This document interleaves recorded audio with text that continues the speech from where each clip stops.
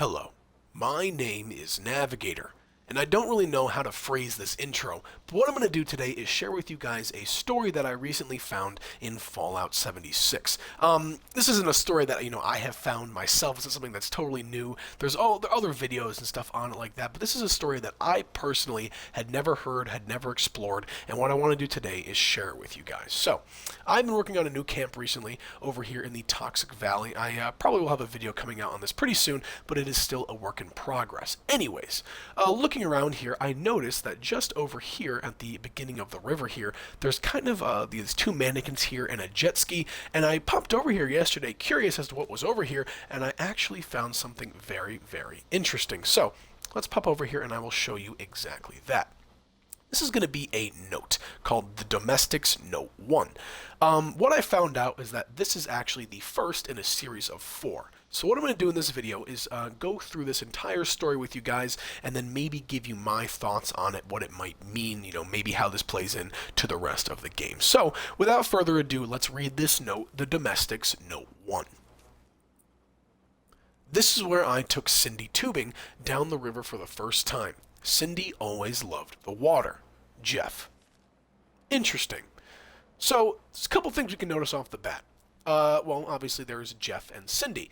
It seems like Jeff is the one writing these notes, and it seems like he's talking about her in the past tense. So, hopefully she hasn't passed away or anything like that, but it seems like Jeff here, the author, is, I guess setting up spots to remember her by.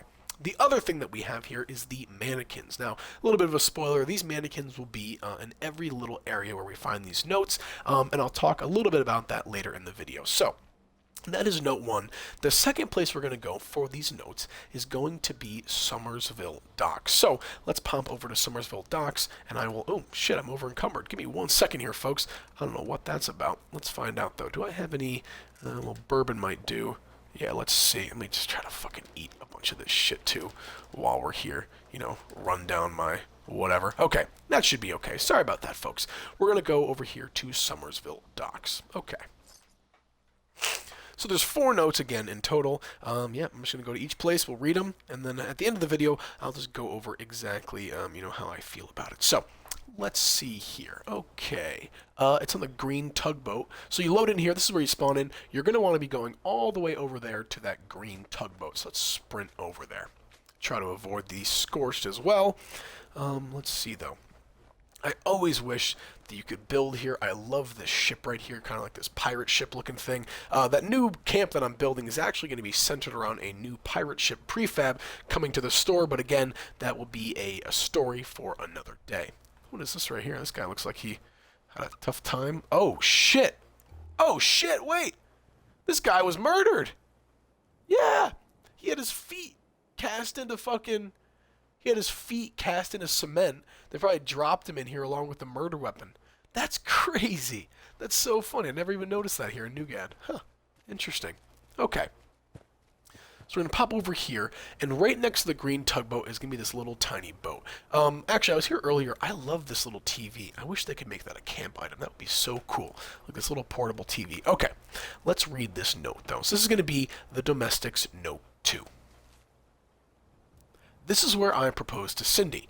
The night sky was crystal clear. The water was still. She said, I do. Very interesting. I can assume that, before the apocalypse, this place was actually probably quite nice. A very tranquil, little lake here. They got the docks and then all the estates on the other side. Very, very nice. This would have been a great place to propose. And it looks like, maybe she was going after some post-proposal head there, if you guys get what I mean. I'm just messing around. But yeah, so there we go. That is going to be the Domestics Note 2. A nice little note from Jeff here. I guess this is where he proposed to Cindy. Okay. The next place that we are going to go to is going to be all the way up here near the Pioneer Scout Lookout, right over here near Carlton Mine as well, just southwest of the Butterfly there on the map. And this place was a little bit difficult for me to find. It was actually a very, interesting looking location, and you'll see why in just a second. The note, or I guess the hint that was on the Fallout Wiki describing this was that this note was in a living room outside on a cliff, and I was like, what the fuck does that mean? So I'm looking around and shit, trying to figure out what that all, is. I'm, looking for, some kind of... I feel like I hear something. Yeah, I heard a frog. Okay. I'm like looking around like, what the hell? What are you talking about? A living room without a cliff? And honestly, I can't even fucking find it right now. But holy shit, where is it? Where is it? Son of a bitch. It's somewhere around here. It's honestly a pretty cool little location too. What the hell? Let me try to find this though. It's somewhere around here. So many fucking frogs over here. God damn. Where is it though? Southwest. Oh, I'm sorry, folks. It's a very like. Well, you'll see when I get there. It's not the easiest fucking location to find. I know it's somewhere over here though. Where the fuck is it though? It's somewhere over in this direction. I'm sure I'll find it in like a half a second.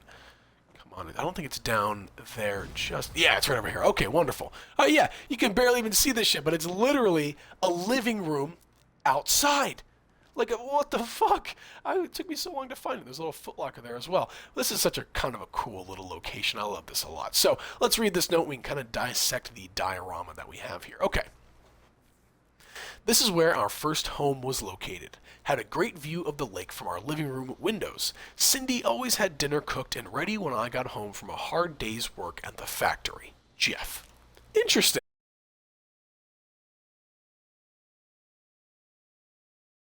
For him, but she's there, ready for him to come home. Can you pick up this guitar? That'd be kind of interesting. Oh shit, you can. Steel guitar. Wow. Cool. But yeah, this is just a nice little setup that he made here. I wonder if I bet he did. He probably did make this after the bombs dropped. And I wonder though if this threshold is the only remaining thing from his house. And I guess this wouldn't really be the most ideal place for a house. Not really that big either. But there we go. So. Let's see. Nothing really else I can say about this location. Oh, let's try to figure out. So he said he was in a factory. Let's see. You know what? So let's deduce he probably worked at Grafton Steel. It's a steel factory, and it's really nearby where he was. So we can assume that Jeff was a worker at Grafton Steel. So there you go. Another little inference we can make. Okay, we're going to go to the last note, the domestic note 4, which is going to be all the way down here in the Savage Divide by the Freak Show. So let me fast travel over here. Hopefully, there's not going to be a legion of fucking rad toads and mirelurks here, but let's find out. Okay, good. Doesn't look like it. Sometimes you'll spawn in here and a queen will just be fucking standing right here in front of you, so. Alright, what we're going to do is you're going to run directly past the Freak Show, all the way over here until you find this tent. And what you're going to do when you find that tent is come over here to this incline, and you will eventually see probably a settler and the mannequin. So that settler, we probably won't be able to talk to her, but this is going to be the last place for the note, and it's going to be... Fuck you. Hate mole rats. Okay, it's going to be just over here on top of this barrel. Shut the fuck up. Shut up. You look like a fucking ghoul. Okay. This is where Cindy found a patch of wild pumpkins growing. Every autumn we'd come here and grab some pumpkins to carve for Halloween. Jeff. So there you have it, folks. That is the last note. Give me 1 second. I'm actually going to cough real quick. Sorry about that. Okay. So, that's the last note in this story, and you might be saying to yourself, well, Nav, that's not exactly super engaging. Well, it still kind of is.